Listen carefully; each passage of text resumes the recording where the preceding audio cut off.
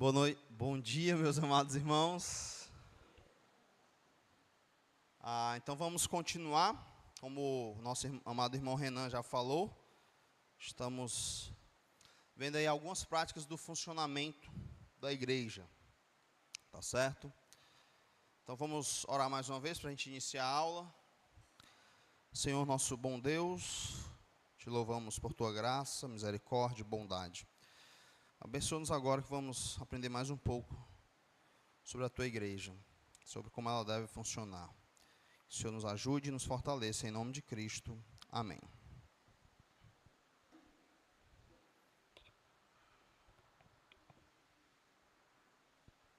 Hoje eu não vou recapitular o ministério pastoral. Da última vez a gente acabou ficando só nesse assunto. Então deixa eu só passar aqui que eu coloquei tudo num...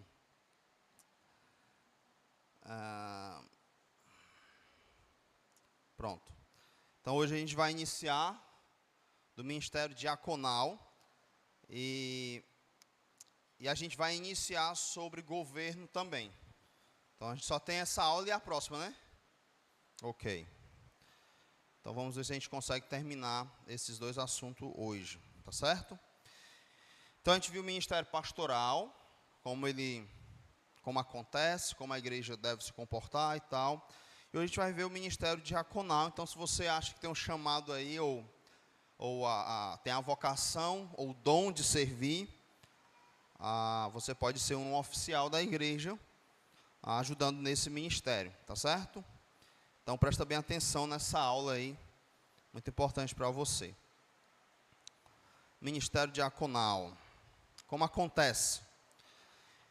Então, a primeira coisa, eles são reconhecidos pela igreja. Ele é reconhecido pela igreja, ele acontece dessa forma. Que é o que aconteceu lá em Atos 6, a gente vai já ver. Você vai ver a competência, que a gente até viu isso para o pastor também, né? Então, ele tem que ter as características, o dom para isso. E ele também tem que ter o caráter. Por isso que você vai ver as qualificações para o diácono, para então ele se tornar um oficial da igreja. Então ele tem que ter o dom de servir ministério, né? Ou servir ao ministério é o mesmo dom. E também pode aparecer como dom de socorro, lá em 1 Coríntios 12, 28. Então, devido à função que ele vai exercer, ele tem que ter esse dom. Tem que ter esse dom de servir, assim como também o pastor, né? Então, eles têm esse dom, a igreja reconhece esse dom, vê a competência dele, avalia o caráter, e aí, então, ele se torna, ou é convidado para ser um oficial na igreja, tá certo?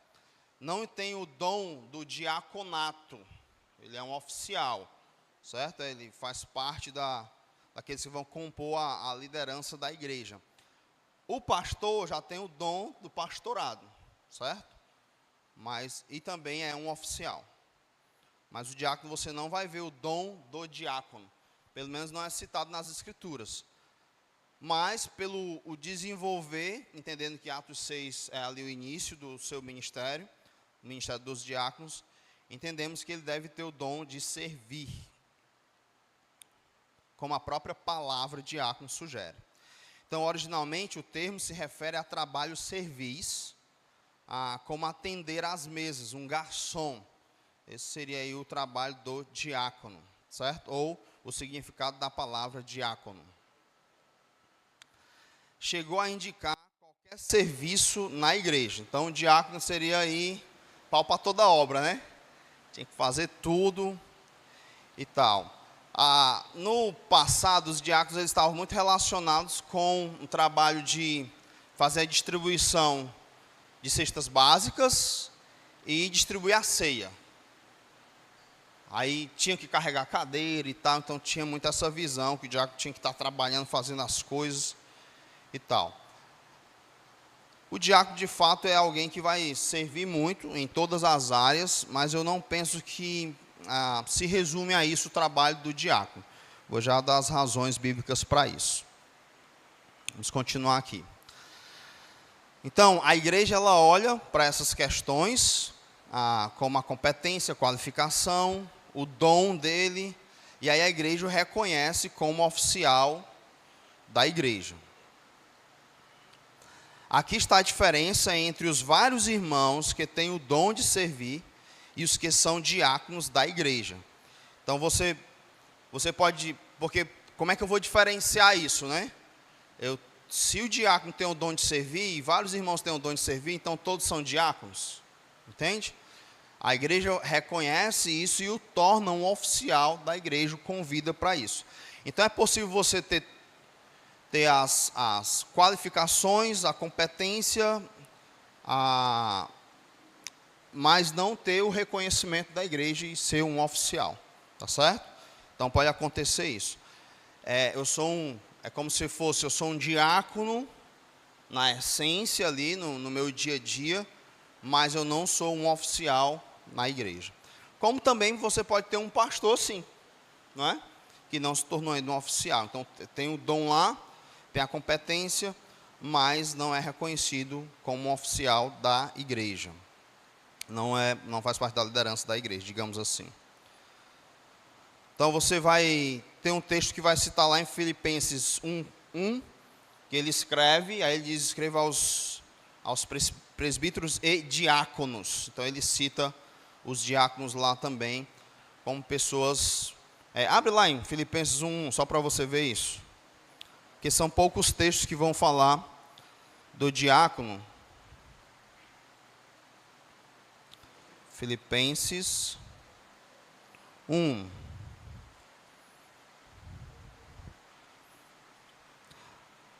Paulo e Timóteo, servos de Cristo Jesus, a todos os santos em Cristo Jesus, inclusive bispos e diáconos que vivem em Filipos. Então aqui ele coloca os diáconos aí numa classe separada, tanto dos bispos, que seriam os presbíteros ou pastores, como também dos discípulos.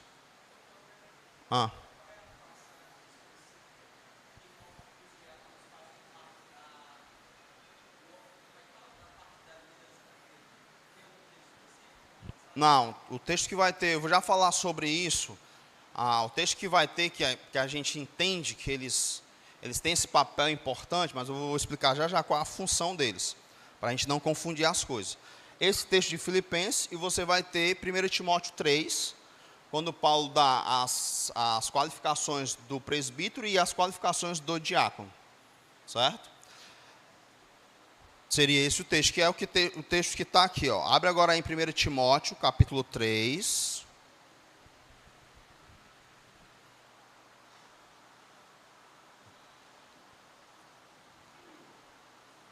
Três, 8.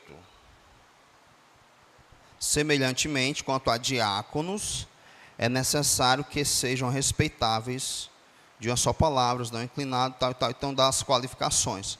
E o verso 12, o diácono seja marido de uma só mulher e governe bem seus filhos e a própria casa. Aí ele não fala sobre governar ou cuidar da igreja como ele faz com o presbítero. Então, quando ele pensa no presbítero, ele governar bem,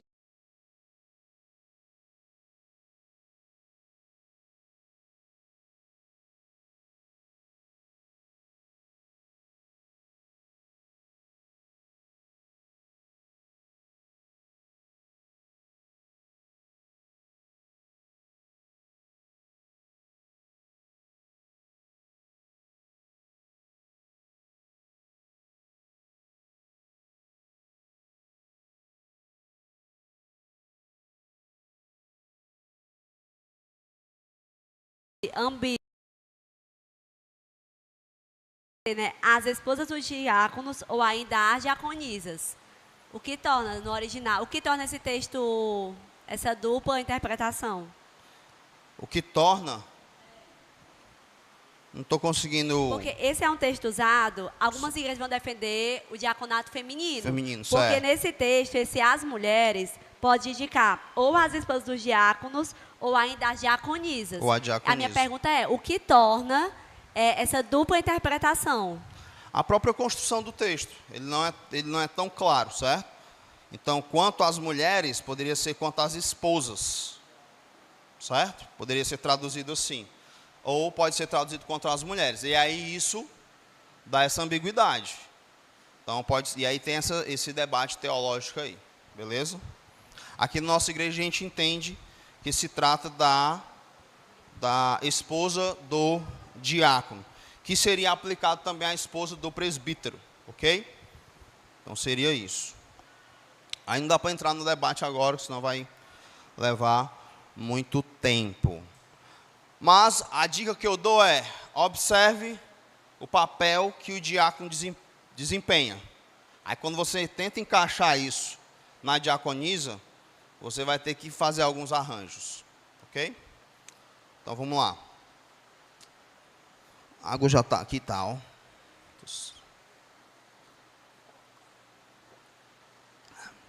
Então tudo indica que eles tiveram sua origem em Atos 6.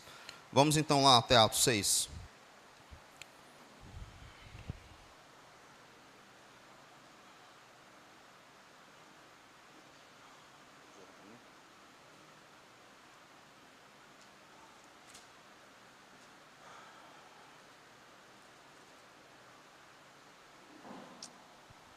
Então vamos lá, Atos 6. E aí a gente vai ver como esse ministério ele se desenvolve, tá certo? Ora, naqueles dias, multiplicando-se o número dos discípulos, houve murmuração dos helenistas contra os hebreus, porque as viúvas deles estavam sendo esquecidas na distribuição diária. Então você tem aqui as mulheres helenistas, que eram judeus que abraçaram a cultura grega, certo? Então, eram chamados de helenistas. E aqueles que não tinham abraçado a cultura grega. Então você tinha esses dois grupos na igreja. E aí, parece que estava tendo aí uma politicagem, um pouco de corrupção, ou talvez uma observação melhor nessa distribuição. Então, tenta imaginar aí no primeiro século, uma igreja grande, pobreza muito grande também, e a igreja ela tinha esse trabalho de cuidar das viúvas, dos órfãos e tal, então acontecia muito isso. E aí aqui você vai ter esse problema aí. E os apóstolos então recebem essa denúncia. Então o que os apóstolos fazem? Então os 12 convocaram a comunidade dos discípulos e disseram: não é razoável que nós abandonemos a palavra de Deus para servir às mesas, que é a ideia do garçom lá, tá? Mas, irmãos, escolhi dentre vós 7 homens de boa reputação, cheios do Espírito e de sabedoria, aos quais encarregaremos deste serviço. E quanto a nós, nos consagraremos à oração e ao ministério da palavra. O parecer agradou a toda a comunidade e elegeram, e aí vão os nomes aí dos que foram eleitos. Depois eles são apresentados aos apóstolos, e os apóstolos impõem as mãos. Então eles assumem então essa função, esse trabalho de cuidar ali da comunidade, tá certo? Então, eles cuidam da necessidade do corpo local, é isso que você vai perceber nesse texto, para que os presbíteros se dediquem ao ensino e à oração. Então, o trabalho dos diáconos é um trabalho muito árduo, né? Muito duro. Tenta imaginar como era para organizar. Eles assumiam a função aqui de um tesoureiro, né? E daqueles que iam distribuir diariamente para centenas de pessoas. Então, eles tinham que ter muita dedicação mesmo, para cuidar do povo. A outra questão que a gente observa aqui nesse texto é que eles funcionam como amortecedores da igreja. O Mark Dever vai usar essa, no Ministério Novo Marcos tem um livro, não é Mark Dever, é outro autor que eu não lembro o nome. Vai usar essa palavra amortecedores. Eles funcionam como amortecedores da igreja absorvem reclamações e preocupações, resolvendo-as piedosamente. Parece que aqui você tem aquele modelozinho de Jetro que é ensinado a Moisés. Que modelo é esse? Abre lá em Êxodo, capítulo 18, só para você ver isso.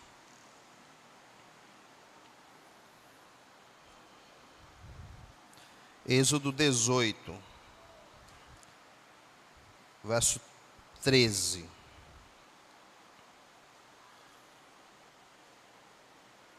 Alguém pode ler para mim, por favor?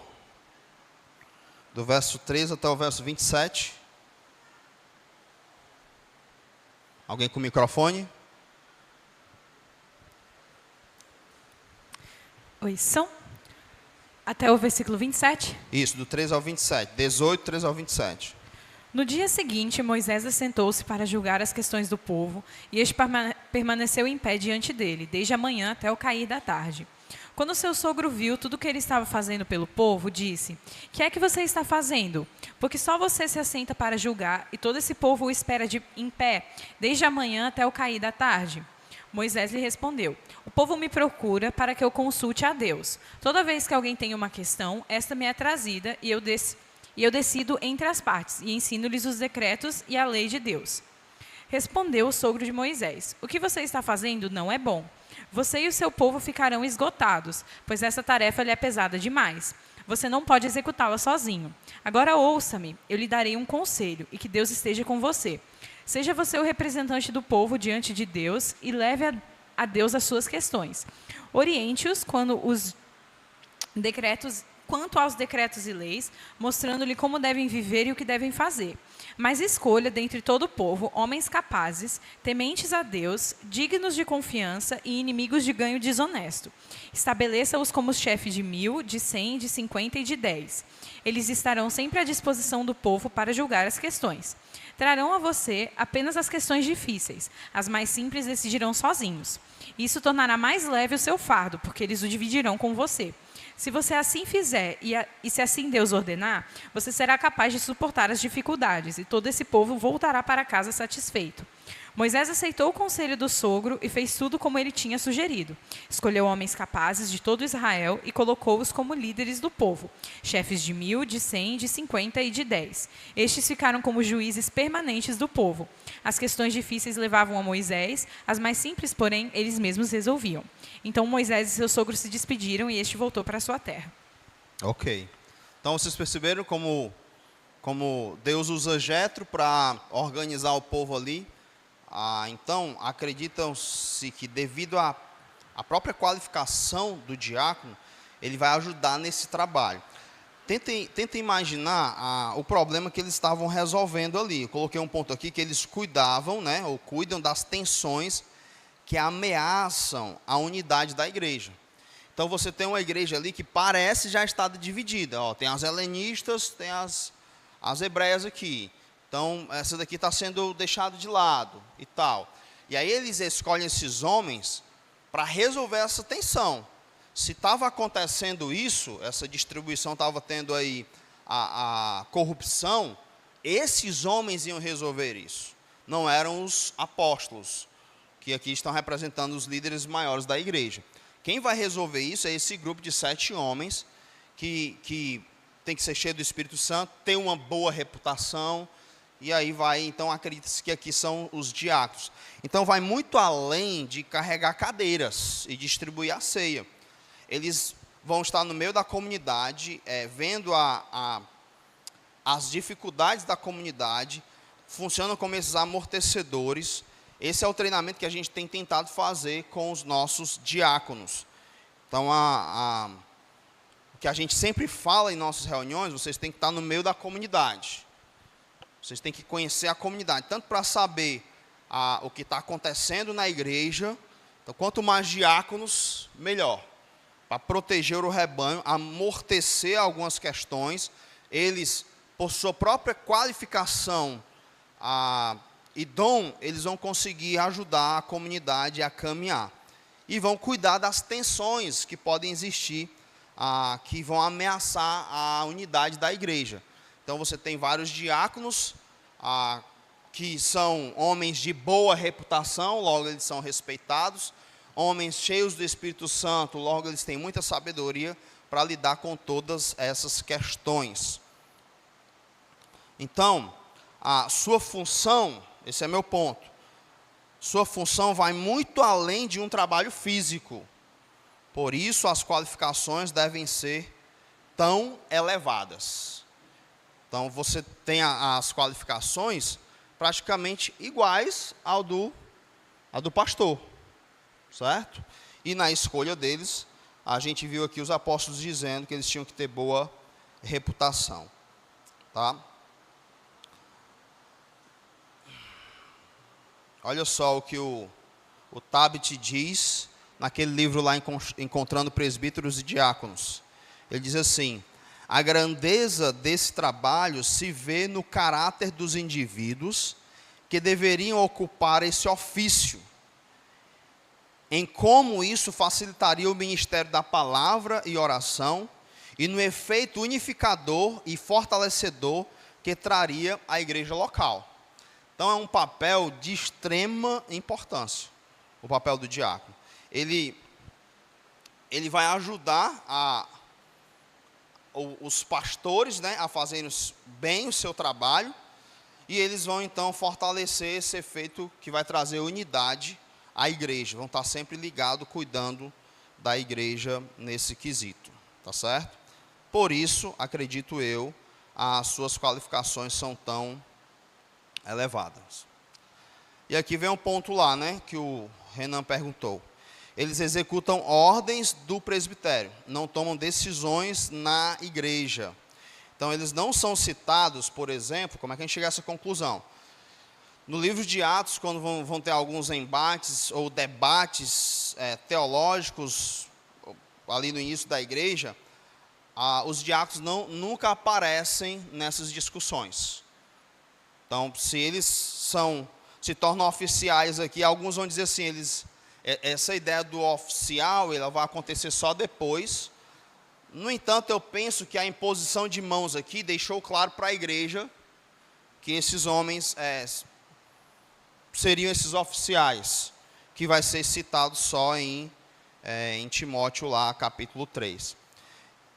Mas, então, esse indício de não aparecer os diáconos sendo citados aqui, nos outros textos em que envolvem decisões na igreja, isso demonstra que as decisões são tomadas pelos presbíteros e os diáconos executam isso.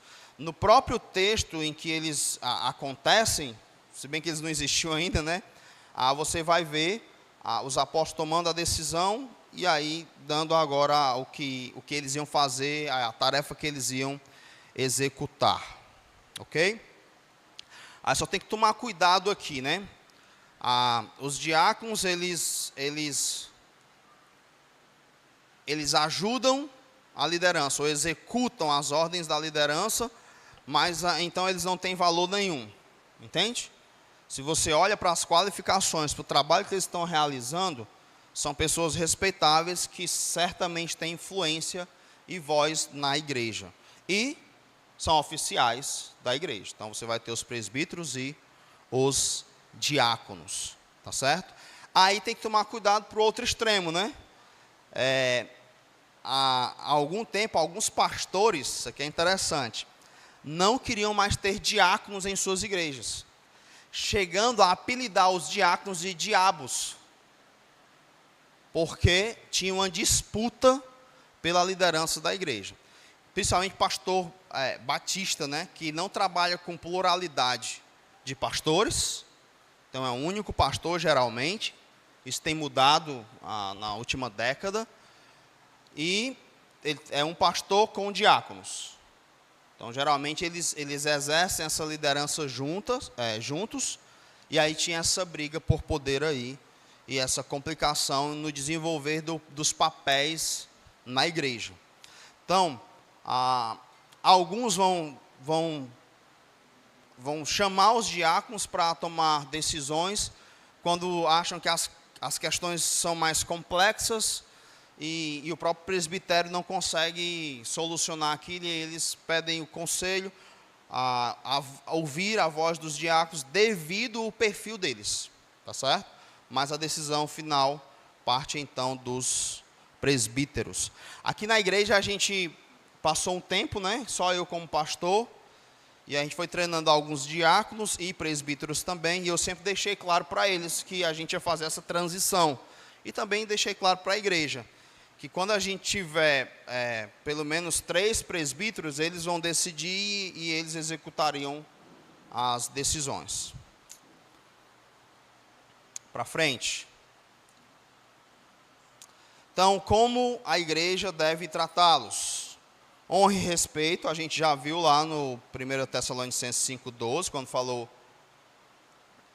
quando falamos dos presbíteros, devido ao trabalho que fazem, né? Por causa do trabalho que fazem. Por causa do seu caráter e por causa do seu ofício.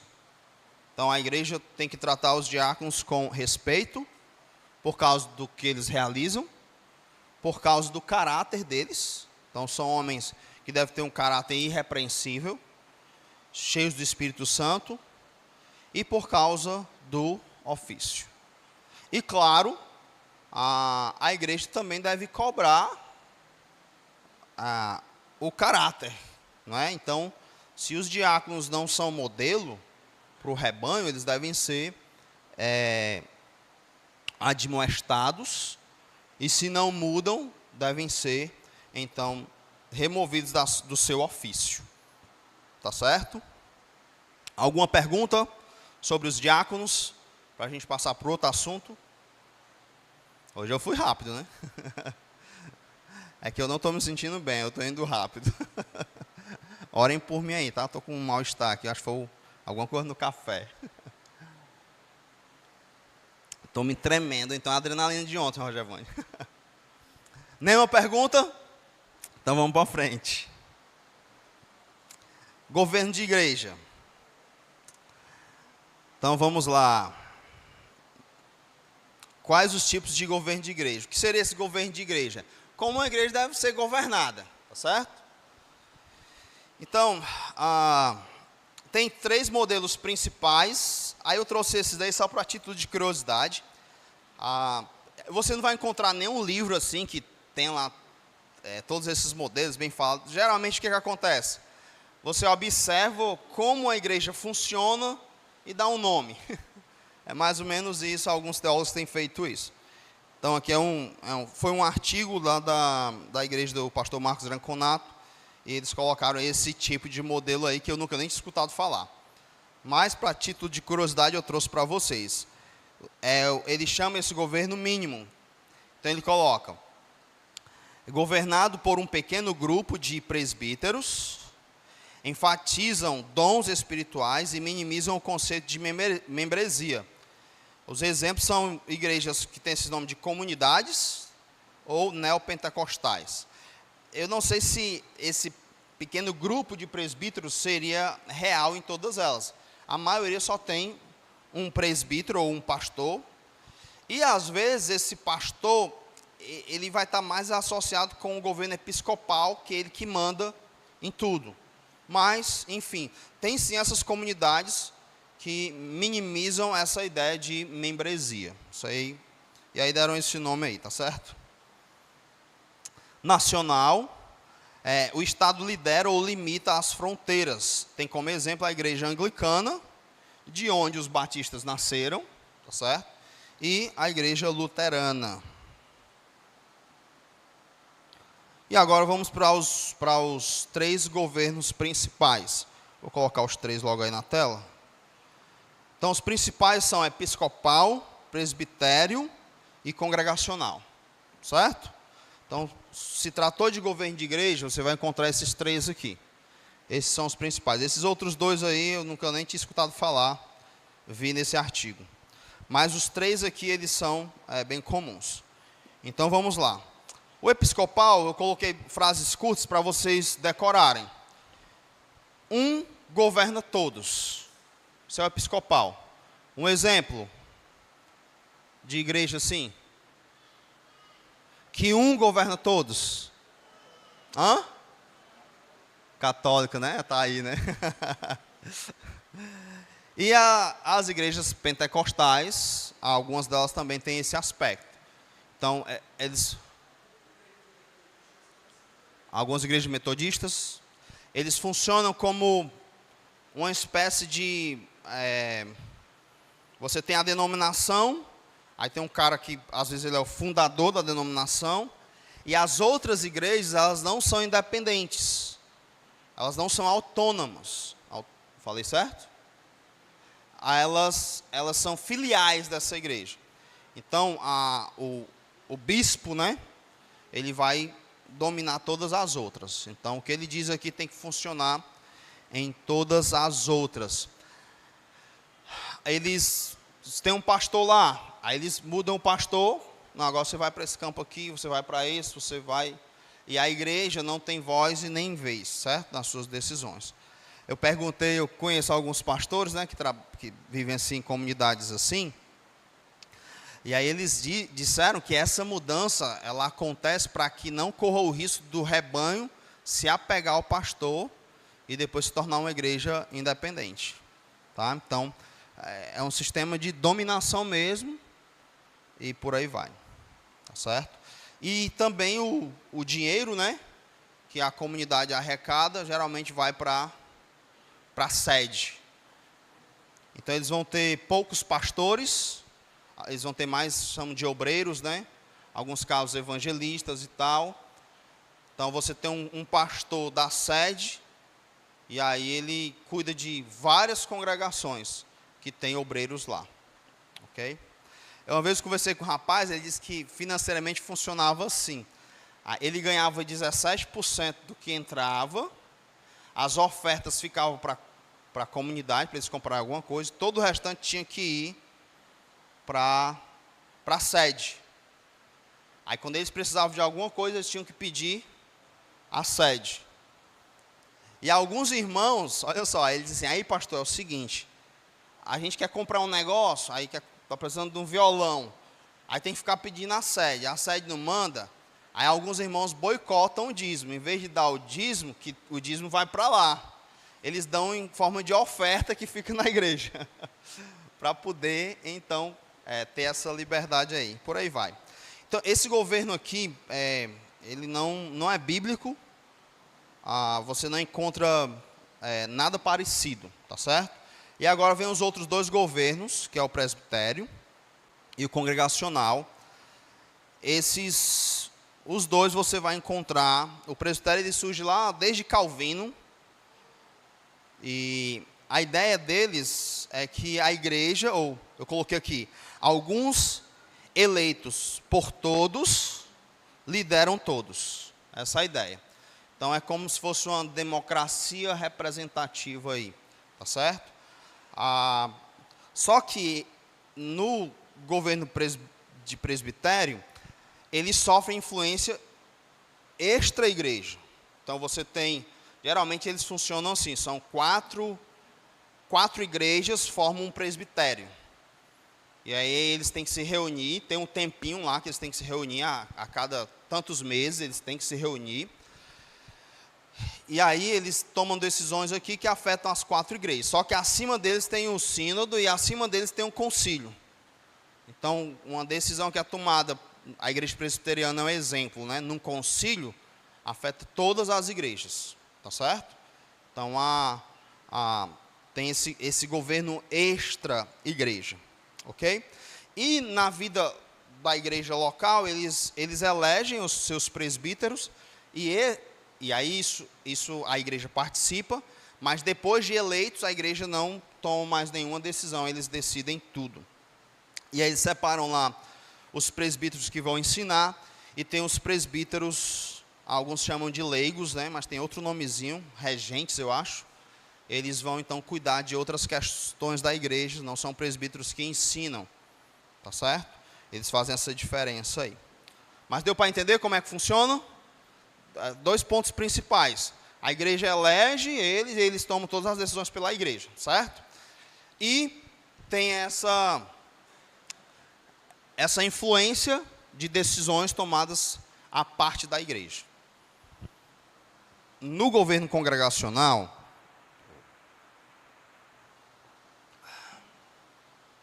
não tem decisões à parte da igreja, tá certo?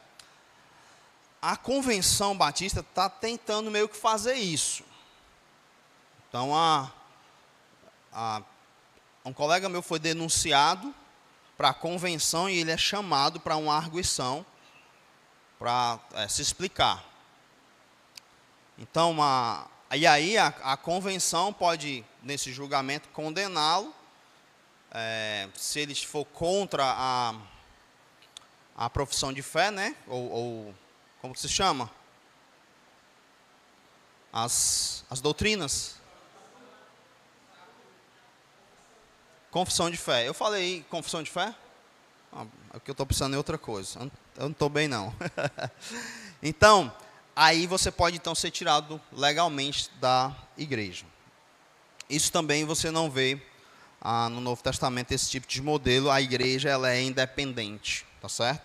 Ela vai caminhando autônoma. Então, no governo congregacional, eles defendem muito isso. Cada igreja é autônoma. Mesmo as igrejas que fazem parte da convenção, pelo menos aqui no Ceará, a convenção não tem esse poder, certo? Algumas igrejas, envolve muita política, né? Algumas igrejas, o prédio da igreja está no nome da convenção. E aí, quando acontecem alguns problemas com a convenção, a igreja tem que sair do prédio, por aí vai. Então, a futura geração aí tomem cuidado com essas alianças, né? Então, a gente não participa da convenção, somos uma igreja independente e não fazemos parte de nenhum grupo.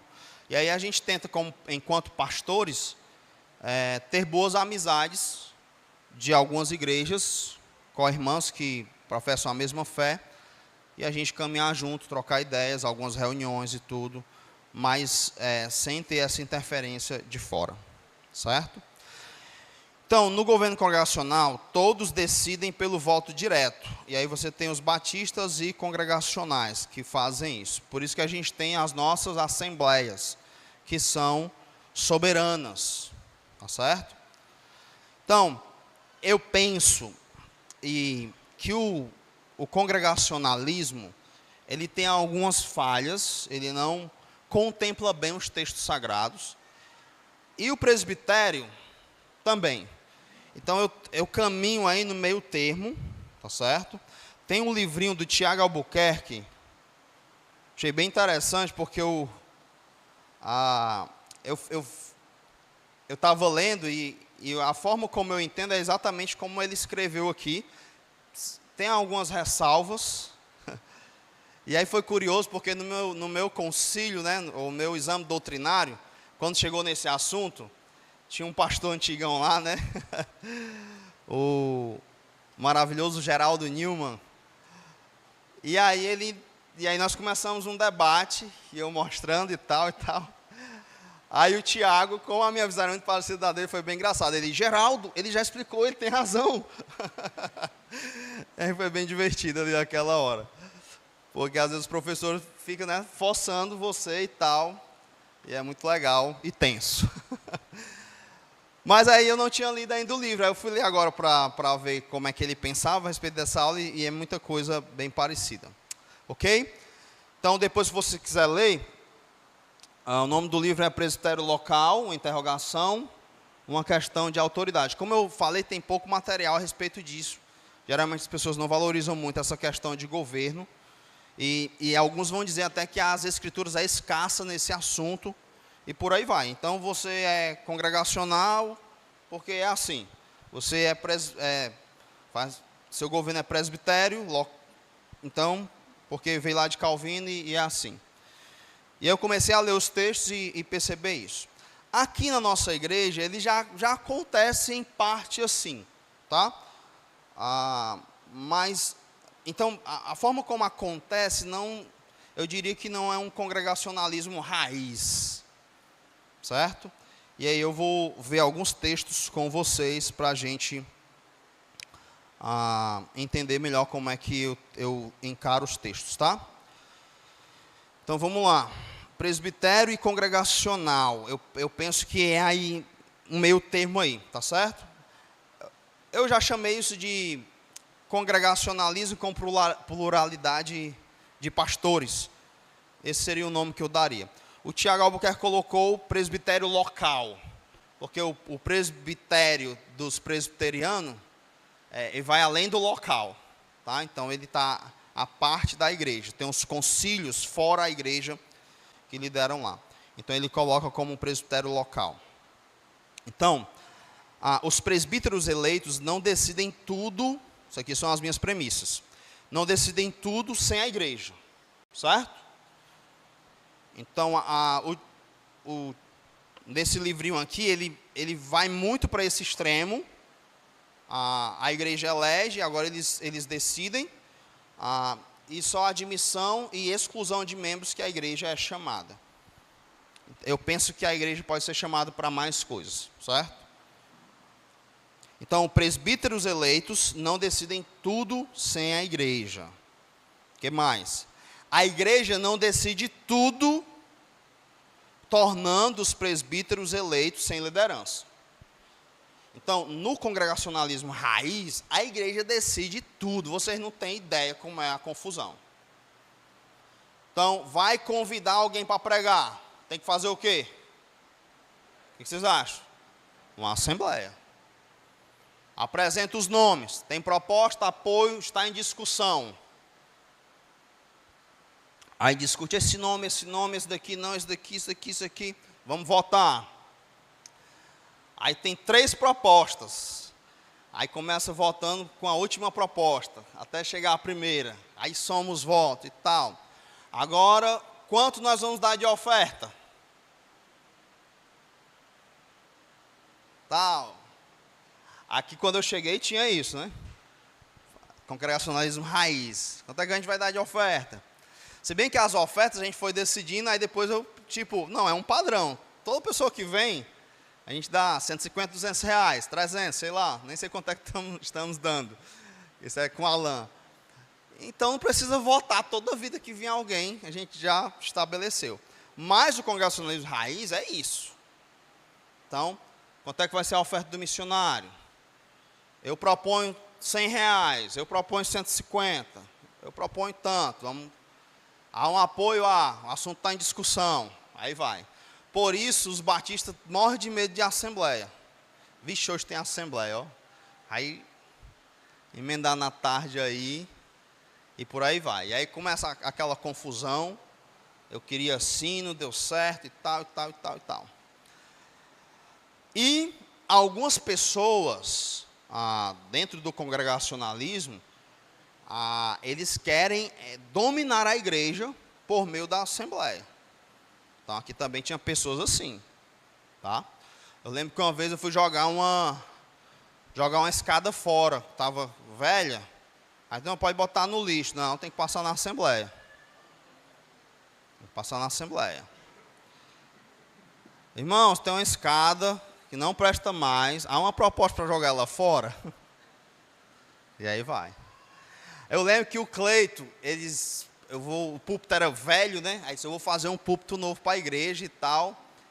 Aí eu fui e falei, morto de feliz, vamos ganhar um púlpito. Não, tem que passar na assembleia, saber se nós vamos aceitar.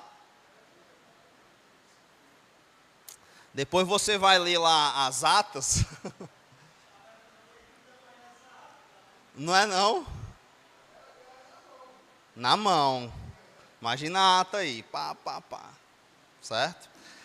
Esse é o congregacionalismo raiz. Então, o pessoal não pode mexer um dedo na igreja se não passar por assembleia. Onde isso vai desembocar? Para que serve uma liderança? Vocês concordam comigo? Sim ou não? Percebe que a liderança, ela é só mais um voto. E o presidente nem vota e nem propõe, dentro das regras parlamentares. Então, o pastor da igreja, que é o líder da igreja, ele não tem vez nem voz ali.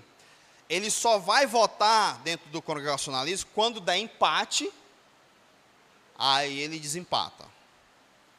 E aí vocês vão concordar comigo que aconteceu algum empate alguma vez?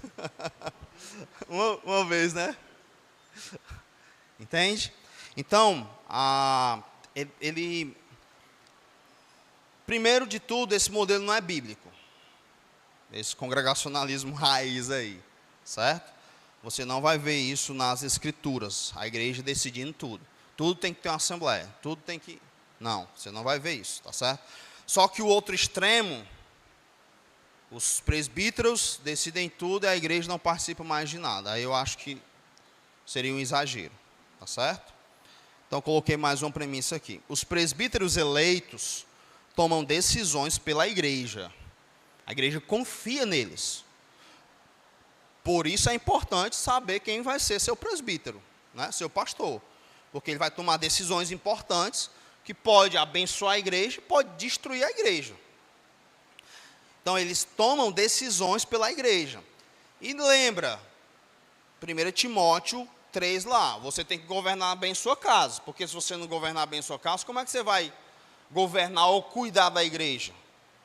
Então, se espera que um presbítero, que um pastor, governe a igreja. Que ele tome decisões pela igreja.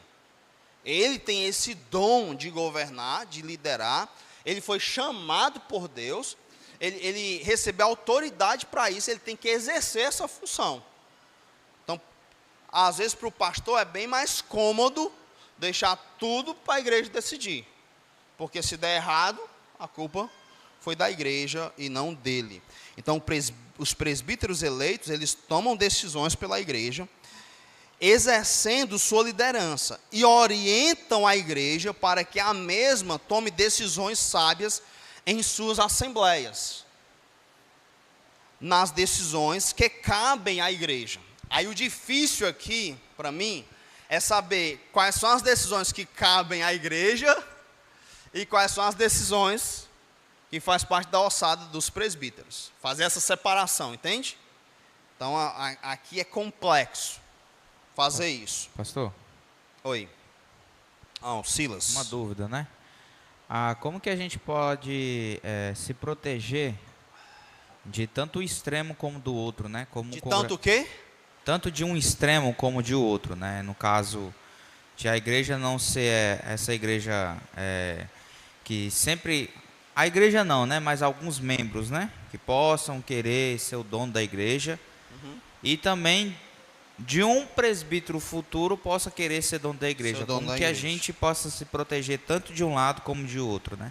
Sempre tomando cuidado e sempre ter equilíbrio entre os dois pesos, assim, né? Certo. Eu penso assim, conselho básico. Participem das assembleias, né? Participem das assembleias. Então, no meio batista, a assembleia, ela é tratada como uma reunião chata, que vai só tomar nosso tempo, e que eu não preciso participar. Eu visitei uma igreja no meu período de férias, a assembleia foi no meio do culto. Eu achei isso bem estranho, né? Então, há uma proposta para abrir a assembleia no meio do culto. Terminou a parte do louvor, aí começou uma assembleia administrativa e depois a pregação. Aí eu achei aquilo curioso, aí eu fui perguntar por que aqui é assim e tal. Eu disse, não, é porque no período da manhã os membros não vêm. Aí como tem que ter quórum para realizar uma assembleia, então a gente faz no culto, que aí os irmãos vêm no culto, e aí tem quórum suficiente, certo?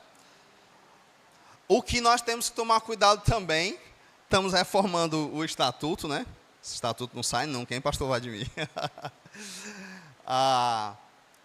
Porque nas nossas assembleias, devido à quantidade de membros que tem aumentado, tem que aumentar, o percentual aumenta também. E aí, às vezes, tem poucos membros participando. E aí, então, o primeiro ponto, participar da assembleia, certo? Não, de repente chega um pastor e aí diz assim, agora vocês me elegeram, eu decido tudo. Não aceitar isso. Nosso governo é congregacional, cheirando o presbitério. Então, você não deve aceitar isso. E aí como nós temos assembleias mensais, as decisões que a liderança toma, vocês ficam sempre a par disso, certo? Então isso protege os presbíteros e protege a igreja também. Então acredito que o caminho é esse daí.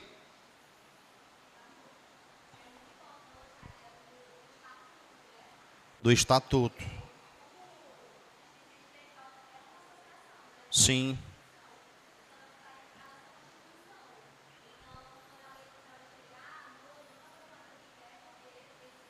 Tem um estatuto, exatamente. Ou só ele falar aqui.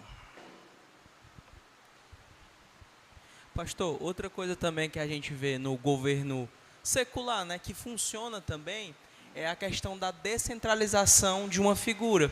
Então, quando você tem um corpo de presbíteros, você descentraliza o poder, mesmo que você não queira, né? Como se fosse um sistema de freio e contrapesos, né? Então, uma pessoa não vai ser, digamos assim, a decisão absoluta de tudo, né? Então, acho que faz sentido ter vários pastores, pelo menos uns 2, 3, né? Certo. Isso protege também, você ter pluralidade de pastores, não é? Porque eu não posso tomar decisões sozinho. Então, eu tomo decisões aqui com eles e ainda tem a prestação de contas com a igreja, tá certo? E eu acho também, às vezes vão ter pautas que vão ser colocadas que não vai ser do conhecimento de muitos irmãos. Sei lá, né, uma parte elétrica, aí traz para a Assembleia. Eu não sei nem para onde vai, né? Então, eu acho também essa questão de liberar muito, acaba gerando muitas confusões, né?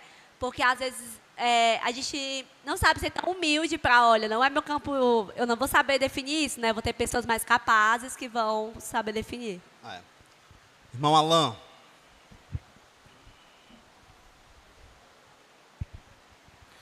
Pastor, eu queria entender, dentro desse pensamento de governo, a Rayane até mencionou, onde é que entra o nosso estatuto. Então, onde é que o estatuto ele figura aí? Porque, digamos, a igreja está providenciando um estatuto, porque o antigo entende-se que ele não... Aí, qual é o peso desse documento? Por exemplo, como é que a igreja vai proceder para trocar o estatuto que está aí? E... Entenda, meu ponto eu acredito que esse estatuto precisa mesmo ser trocado. Mas vai que no futuro alguém vem e não, vamos mudar o estatuto. Isso. Entende? E aí qual é o peso desse documento, figurando até em relação às escrituras? Certo. Porque, por exemplo, hoje a gente tem um estatuto que não está conforme com as escrituras, segundo o que o pastor tem ensinado. E aí onde é que esse documento entra e qual é o peso dele dentro do governo da igreja? O próprio estatuto, ele tem pontos que protegem o estatuto. Então, para a mudança do estatuto, tem que ter, eu acho que é 70% de aprovação e tal, um negócio assim, certo? O pastor Sandro, que leu ele minuciosamente, tem mais ou menos isso, né? Então, para decisões, tipo, para a troca de pastores e tal, exoneração, tem um percentual lá. Para a reforma do estatuto, tem um percentual, e aí você coloca algumas regras para isso, para proteger o próprio estatuto. Entendeu? Ok? Então vamos lá. Deixa eu ler alguns textos, porque senão a gente fica só nas ideias, né? Então, Atos 1. Atos 1.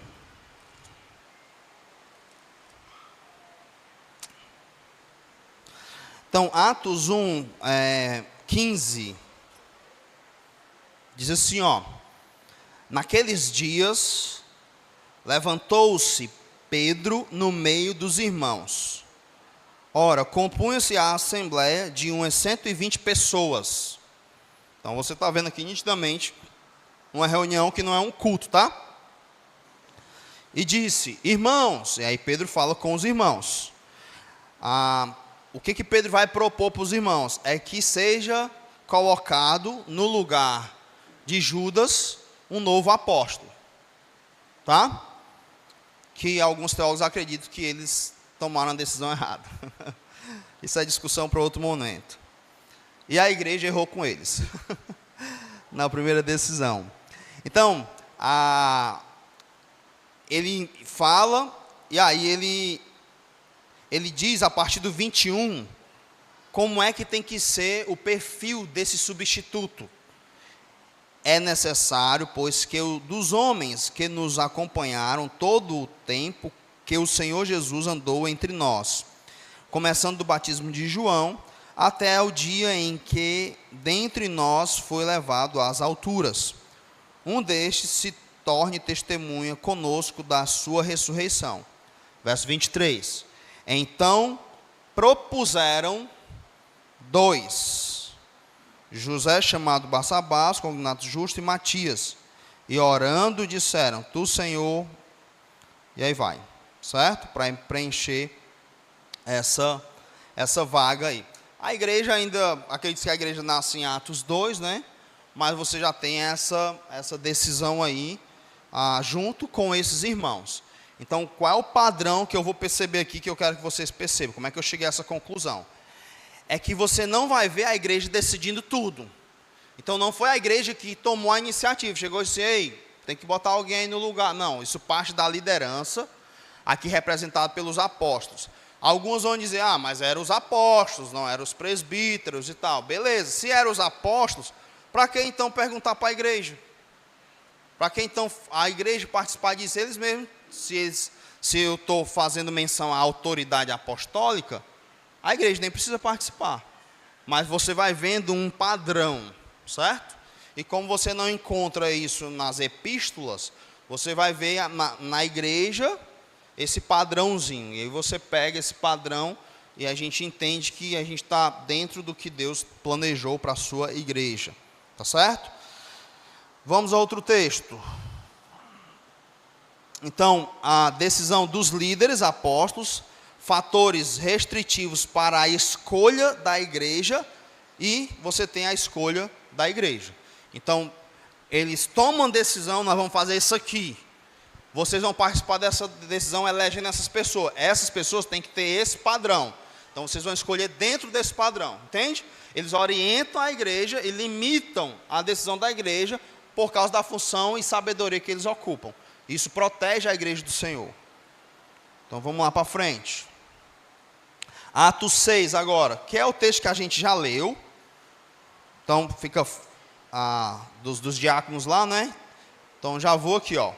Você tem um problema, aí você tem a resolução do problema pelos líderes, apóstolos. Então, tem um problema lá.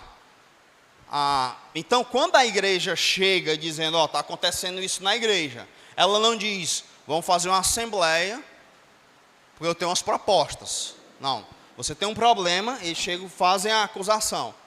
E parece que os apóstolos eram que recebiam as ofertas e eram os principais ali naquela função. Enfim, aí você tem a resolução do problema. Qual é a resolução do problema?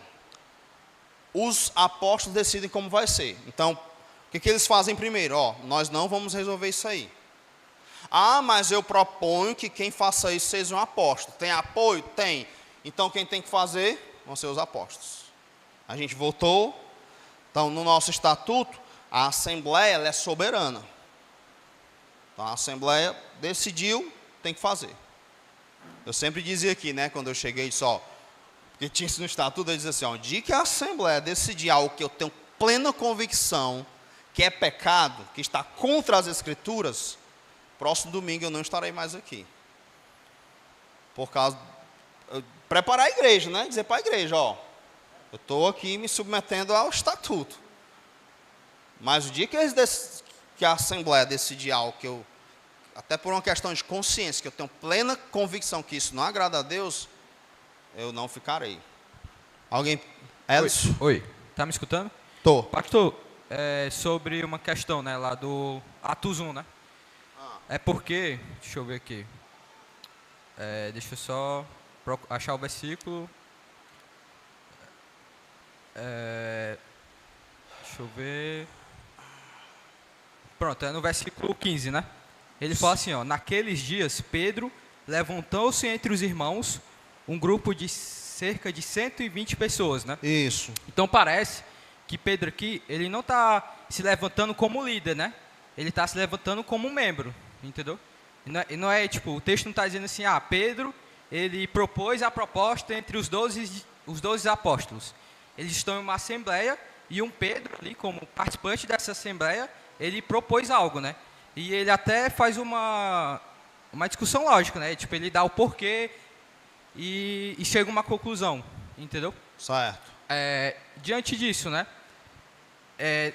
Assim, isso não meio que é um ponto contra, porque Pedro ele não se levanta Certo. diante dos líderes, né? Vamos lá. Quando Pedro se levanta para propor isso, ele está se dirigindo a quem? A liderança da igreja ou a comunidade? Imagina você estar vivendo no primeiro século. Como é que você olha para Pedro? Como um membro comum da igreja ou como uma liderança da igreja? A própria narrativa de Atos, você vai perceber como a igreja encara Pedro. O papel que Pedro, entendeu? Então, é muito difícil, pode até ser, mas é muito difícil você olhar para esse texto e dizer assim, Pedro era um membro comum, que numa reunião organizada por uma liderança, da qual Pedro não fazia parte, levanta uma proposta. Entende, Elson? É muito difícil você conceber isso.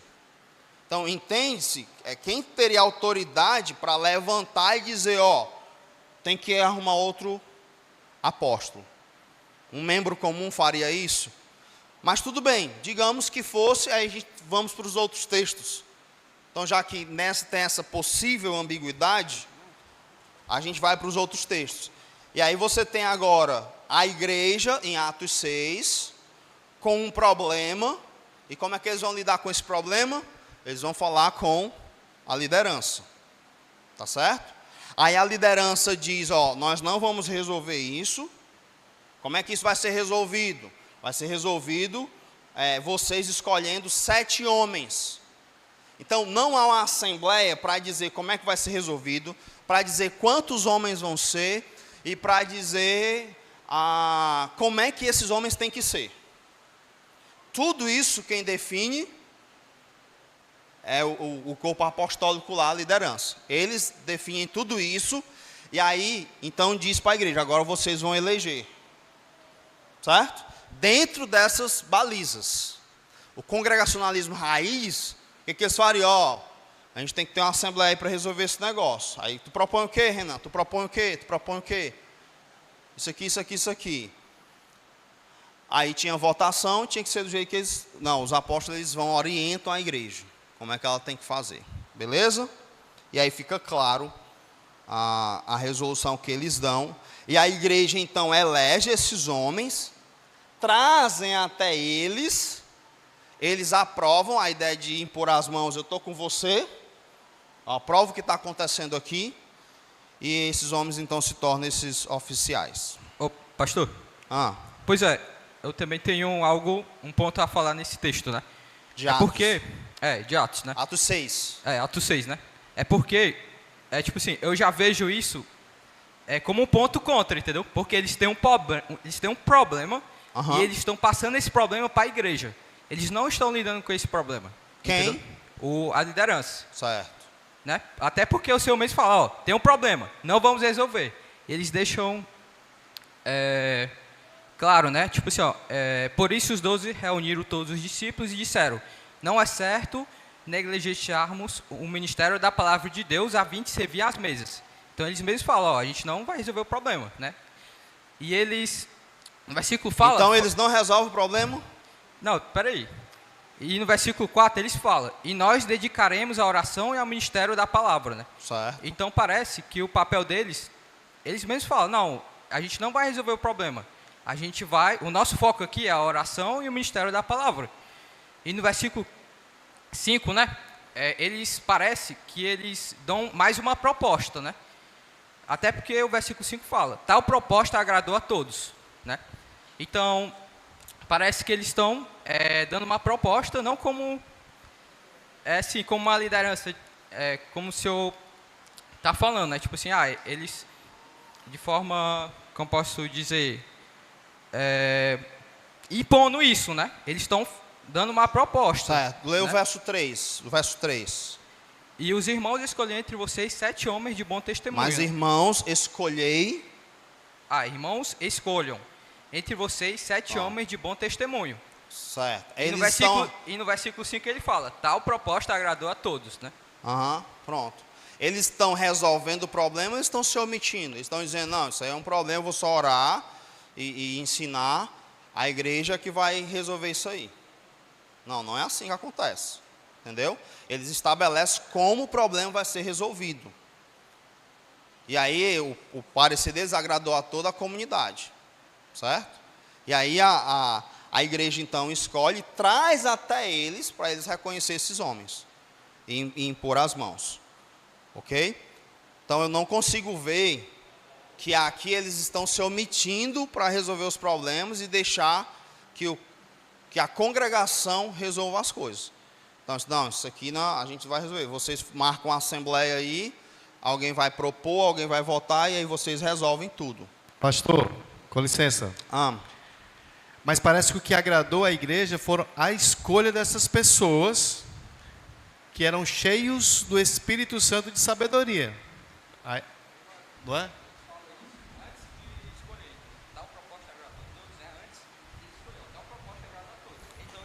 Não, fala, o parecer agradou a toda a comunidade e elegeram. Então a solução que eles trazem para o problema agrada a comunidade. Que foram a escolha desses homens, não é isso? Que seriam 7 homens com esse perfil e tal. Então isso agradou a toda a comunidade. E aí a comunidade, dentro daquilo que eles estabeleceram, escolhem esses homens, trazem até eles, e eles então reconhecem esses homens. Vamos para os outros textos para clarear mais. Tá? Você vai ter Atos 11:30. Aqui é só mesmo para mostrar a transição que vai acontecer dos apóstolos para os presbíteros. 11:30. O que eles, com efeito, fizeram, enviando aos presbíteros, por intermédio de Barnabé e Saulo. Tem uma fome, então as igrejas se reúnem e mandam uma oferta. E aí essa oferta é dada aos presbíteros. E eles vão administrar isso. E aí lá no capítulo 4:36, você vai ter essa oferta, que é o terreno que Barnabé vende, dada aos pés dos apóstolos. O ponto aqui é que não há indícios de que teve uma reunião para dizer como é que eles iam fazer essa distribuição e tal, como é que eles iam resolver essa distribuição. Eu penso que aqui, eles passavam para os diáconos resolverem, que era o caso lá do capítulo 6, tá certo? Mas só para vocês perceberem que você não vai ter uma reunião para tratar disso, ou uma assembleia, como é que nós vamos fazer com esses recursos, como é que a gente vai ser e tal, como o congregacionalismo raiz exige que tudo tem que passar pela assembleia. Agora capítulo 20. Não, pulei aqui, né? Deixa eu ver aqui. Capítulo 15. Vamos pular aqui para esse daqui. Capítulo 15, de 1 a 6. Olha só. Alguns indivíduos que desceram da Judéia ensinavam aos irmãos: se não vos circuncidardes segundo o costume de Moisés, não podeis ser salvos. Tendo havido da parte de Paulo e Barnabé contenda e não pequena discussão com eles, resolveram que esses dois e alguns outros dentre eles subissem a Jerusalém, aos apóstolos e presbíteros, com respeito a esta questão. Então você tem uma questão teológica aqui, que está acontecendo ali, e aí eles então vão até aos apóstolos e presbíteros, até o verso 6. Enviados, pois, e até certo ponto acompanhados pela igreja, atravessaram as províncias da Fenícia e Samaria, e narrando a conversão dos gentios, causaram grande alegria a todos os irmãos. Tendo eles chegado a Jerusalém, foram recebidos pela igreja, pelos apóstolos e pelos presbíteros. Então, eles são recepcionados pela liderança da igreja e pela própria igreja. E relataram tudo o que Deus fizera com eles. E aí vai agora para o verso 6.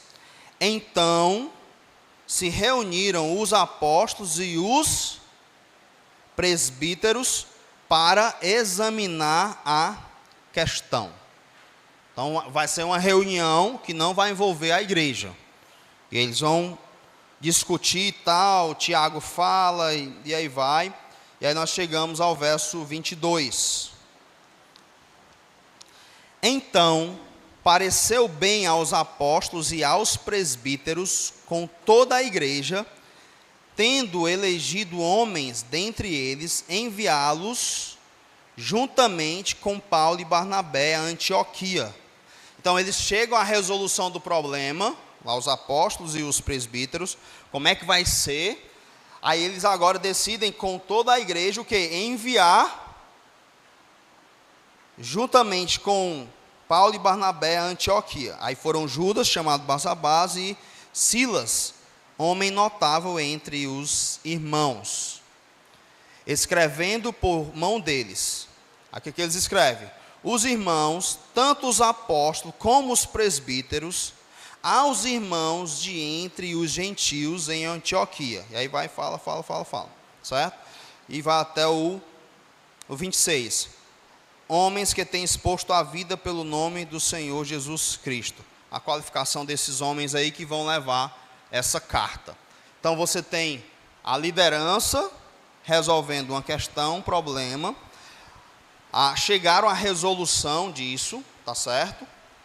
Após chegar à resolução, vamos enviar 2 pessoas para ir junto com eles. Aqui a igreja entra nesse assunto, ok? E o teor da carta é o quê? Os irmãos, tanto os apóstolos como os presbíteros, aos irmãos de entre os gentios, aí vai. Fala de quem tomou a resolução do problema que faz parte da liderança. Então a igreja não se reúne, vamos discutir isso aqui, o que vocês propõem, como é que nós vamos fazer com as igrejas dos gentios e tal, e por aí vai. Então você vê um padrão, você tem uma liderança, parece que é como se peneirasse as coisas, né? E você tem uma igreja participando também, ok? Irmão Kennedy? Som. Ok. Assim, e aí a gente encerra, tá? Tá certo. Eu vejo o modelo bíblico totalmente congregacional. Uhum. Não é assim, um congregacional aí puxado para o presbitério. Eu vejo ele congregacional. O que eu vejo errado é o congregacionalismo que as igrejas batistas adotavam, que era um congregacionalismo baseado em minúcias de direito, entendeu? No sentido de quê? Minúcias do direito, entendeu? Tipo assim, eles pegavam uma forma de assembleia que tem numa Assembleia Legislativa, por exemplo, e tentaram adaptar para a igreja, né? Tentar adaptar ao modelo congregacional. Por isso que fica muito discussão de minúcias, de coisinha pouca, entendeu? Mas assim, o modelo da Bíblia que eu vejo é congregacional, né? Só que a liderança, ela orienta, ela dá os parâmetros e a igreja decide e executa. Assim eu vi os textos, né? E assim eu tenho uma pergunta. Nos textos aí a gente vê, quando envolve indicação de nomes, que a liderança ela dá o parâmetro e a igreja é que indica os nomes, né? Aqui a gente faz um pouquinho diferente, né? A liderança já vem com os nomes, né? Aí eu queria ver como foi que a liderança chegou nesse modelo. Aqui. Não, os nomes, eles são propostos pela própria comunidade. Então, eu quero ser pastor. Então, você poderia propor. Aí, só como é que você faz isso? Você comunica a liderança. A liderança avalia, filtra isso e aí traz para a igreja. Pois é, mas no caso já traz um único nome, né? Hã? A igreja, ela... Por exemplo, eu quero ser pastor. Certo. Aí a igreja avalia o meu nome para ser pastor. Mas vamos lá, vamos dizer um cargo que só tenha uma pessoa. A pastor pode ter mais de um aqui na igreja. Sim. Vamos dizer assim, o cargo de... Por exemplo... Professor. líder de mulheres, um exemplo. Vamos lá. Aí vamos dizer que 4 pessoas lá naquela ficha, ela sente o desejo de ser líder de mulheres. No caso, a igreja, a liderança só vai trazer um nome que a liderança vai escolher, né? Na Bíblia eu vejo que os nomes que a congregação levanta, esses nomes são votados. Né? Nos 2 textos a gente vê isso, né? Mas pode ser. A liderança, ela filtra isso, mas isso não impede, e aí a gente conversa com a pessoa e tal. É o que eu sempre digo. No nosso congregacionalismo, né? Você chega, pastor, tem essa proposta aqui, deixa eu conversar com a liderança, a gente conversa. Aí a gente chega a um parecer, só. Não é bom e tal, e tal, e tal, e tal. Mas se você quiser levar para frente, a liderança vai ser contra, entendeu? Então, quando tem 2 nomes, raramente tem 2 nomes, né? Geralmente faz faltar. A gente conversa com a pessoa e aí a gente então indica um nome para a igreja, entendeu? Mas isso não quer dizer que esse nome aqui não pode entrar. A pessoa pode levar o nome, a gente dá as nossas razões e tal. Geralmente não é nem razões de cunho moral, coisa do tipo. É mais que a gente acha, não, vai ficar muita coisa para você, vai ser difícil você assumir isso aqui, é melhor você ir para cá e tal, e a gente orienta assim, ok? Mas a gente não impede da pessoa vir para votação. E como eu falei, é muito raro acontecer de terem 2 nomes. Entendi. Jales. Só o Jales a gente encerra, tá bom?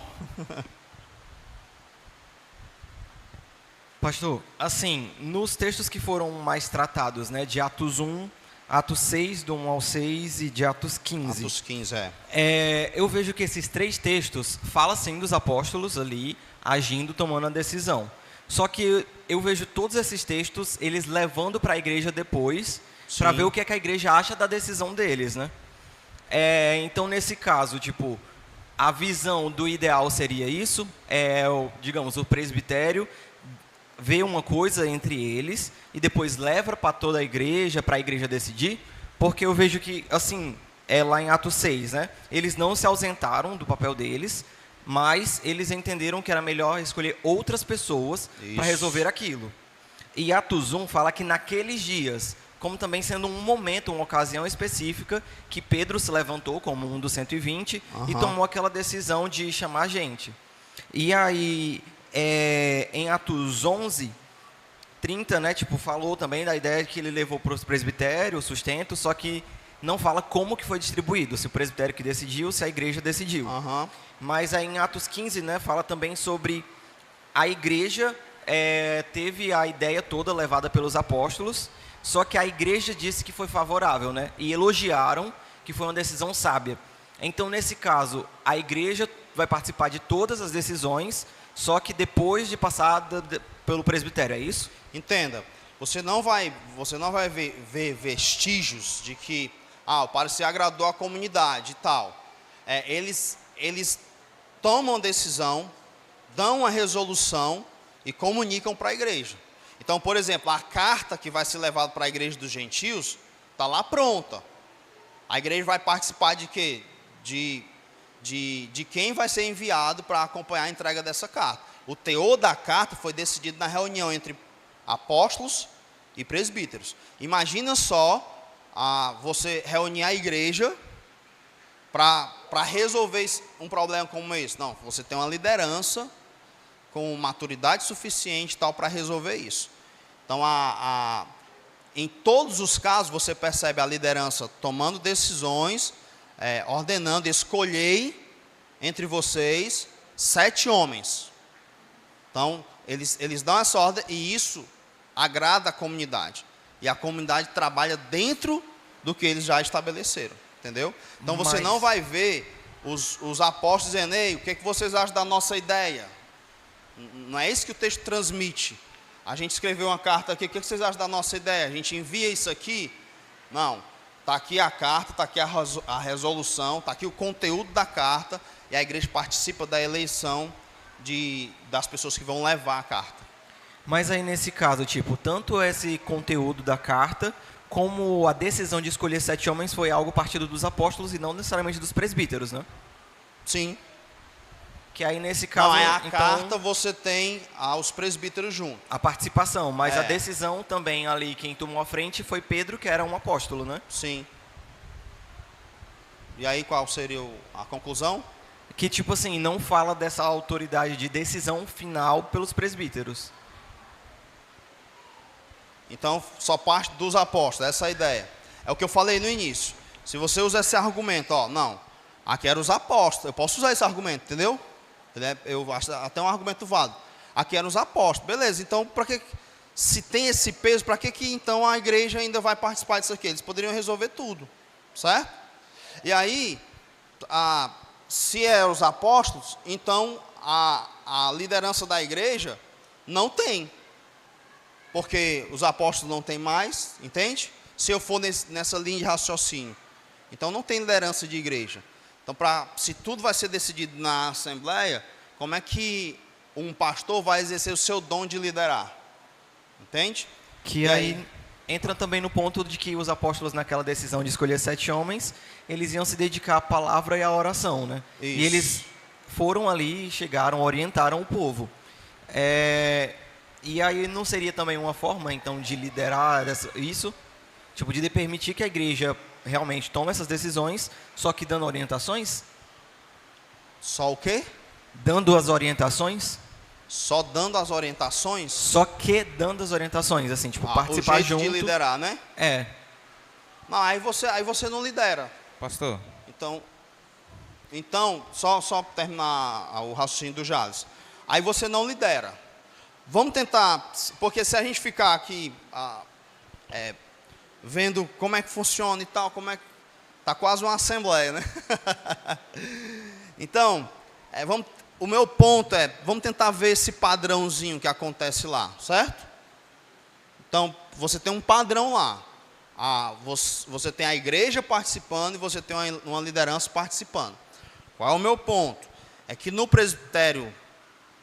presbiterianismo, digamos assim, você não tem uma igreja participando, certo? E no congregacionalismo raiz, você não tem uma liderança que participa. Está entendendo? Então, eu poderia dizer agora, eu vou me dedicar só ao ensino e a oração.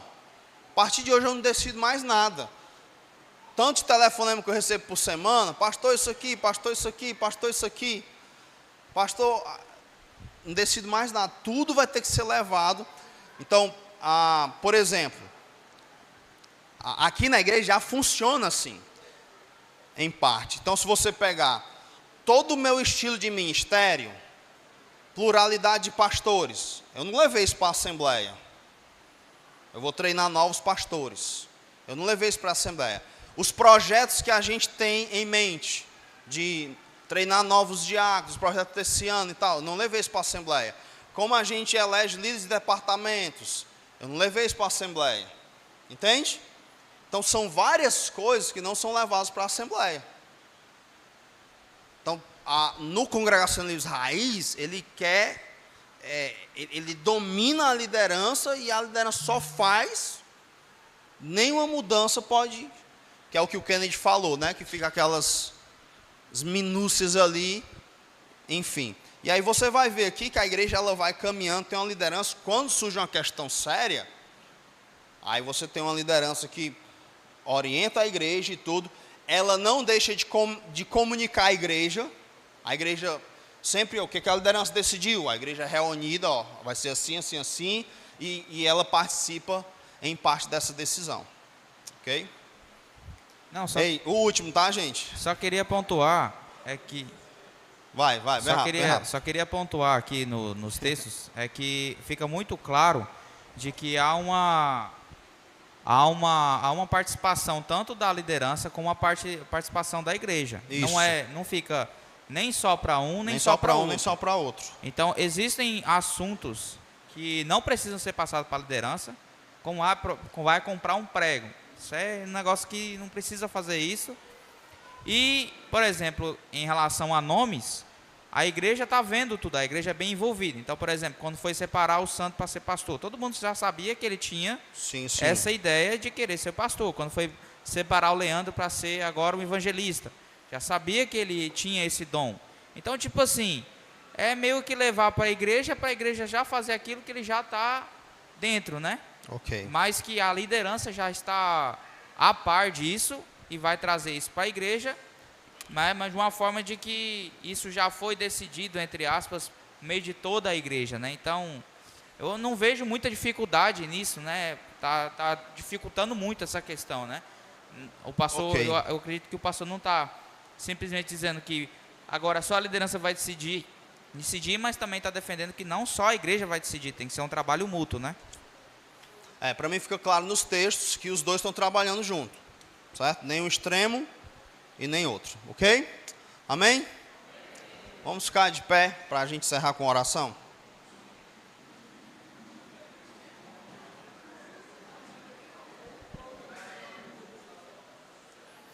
Senhor, muito obrigado por esse tempo aqui de aprendizado, por cada contribuição dos meus amados irmãos, nos dá sabedoria para lidar com cada assunto, nos ajuda, Deus, a fazermos aquilo que agrada ao Senhor, a caminharmos perto da Escritura, assim nós choramos, em nome de Cristo, amém.